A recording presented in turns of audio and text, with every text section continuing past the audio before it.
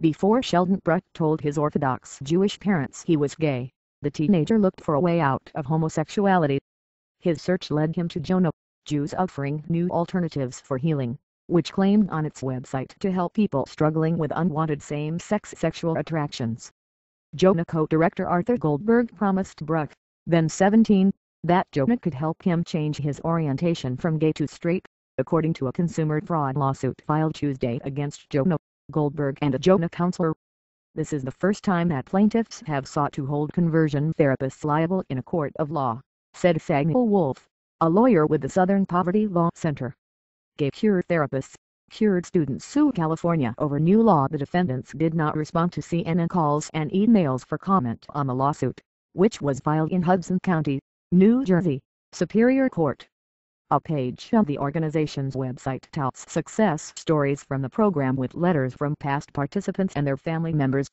Bruck and 3 male plaintiffs contend they were defrauded by Jonah's claim that being gay is a mental disorder that could be reversed by conversion therapy, the position rejected by the American Psychiatric Association 4 decades ago, the lawsuit said. The therapy, which can cost up to $10,000 a year, put them at risk of depression, anxiety and self-destructive behavior, while giving them no benefits, the suit said. Jo Bruck, Sheldon's mother, and Bella Levin, the mother of plaintiff Chaim Levin, are also plaintiffs because they paid for their son's conversion therapy and the counseling the suit said they needed to recover from it.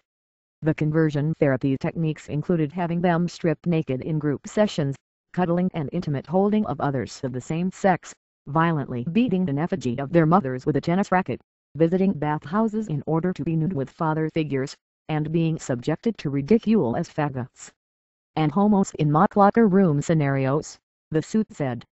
As long as you put in the effort, you're going to change, Goldberg told Bruck in the summer of 2009, the lawsuit said. Jonah counselor Thaddeus Hefner blamed Bruck's gay orientation on Bruck for not working hard enough to change, on his father for being too distant, and on his mother for being too close to him, the suit said. California Governor O'Keefe's ban on gay conversion therapy, calling it quackery. Bruck quit after 5 sessions, delivered through an online video link, because he experienced deepening depression and anxiety leading to suicidal ideation and feelings of hopelessness about his life, the suit said. Hefner angrily warned Bruck that he was making a big mistake and throwing his life away by giving into his desires and that he would never lead a happy life, but would lead a life of unhappiness in that unhealthy lifestyle, the suit said. Chaim Levin, also an Orthodox Jew, was about to turn 17 in 2007 when he talked to his parents about his sexual orientation and sexual abuse when he was younger. A rabbi in his Brooklyn, New York, community suggested to his parents that they enroll him in Jonah's program. You can change if you just try hard enough, the suit said. Goldberg told him. You just need to work really hard, we are experts at this. We have helped so many people. Levin attended weekly sessions for 18 months at Jonah's Jersey City, New Jersey, headquarters conducted by Alan Downing, an unlicensed Jonah counselor who calls himself a life coach, the suit said. Downing is named as a defendant in the case. I was manipulated into believing that I could change my sexual orientation, but instead I was subjected to terrible abuse that mirrored the traumatic assault that I experienced as a young person, Levin said at a news conference Tuesday. What I can tell you is that conversion therapy does not work. My family and I have wasted thousands of dollars and many hours on this scam. The lawsuit described what happened in one of those sessions in October 2008 with Levin, who was 18 at the time. Downing initiated a discussion about Levin's body and instructed Levin to stand in front of a full-length mirror and hold a staff, the suit said. Downing directed Levin to say one negative thing about himself, remove an article of clothing, then repeat the process. Although Levin protested and expressed discomfort, at Downing's insistence, Levin submitted and continued until he was fully naked. Downing then instructed Levin to touch his penis and then his buttocks. Levin, unsure what to do but trusting in and relying on Downing, followed the instructions, upon which Downing said good and the session ended.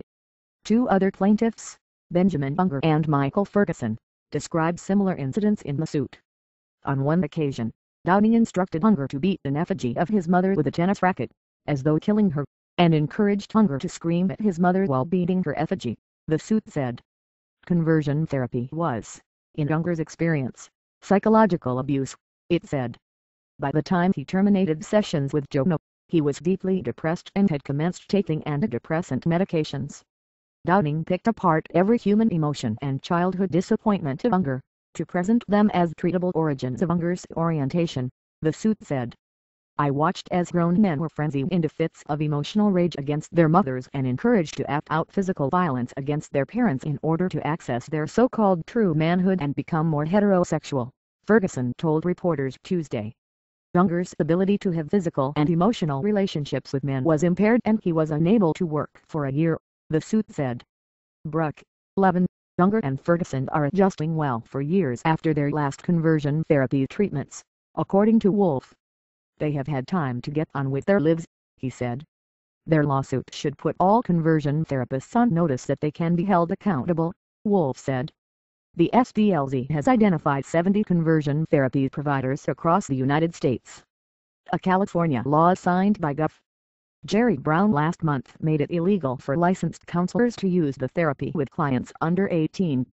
We really want to bring this lawsuit to bring attention to this practice that takes place in many parts of the country, preying on vulnerable young people, Wolff said.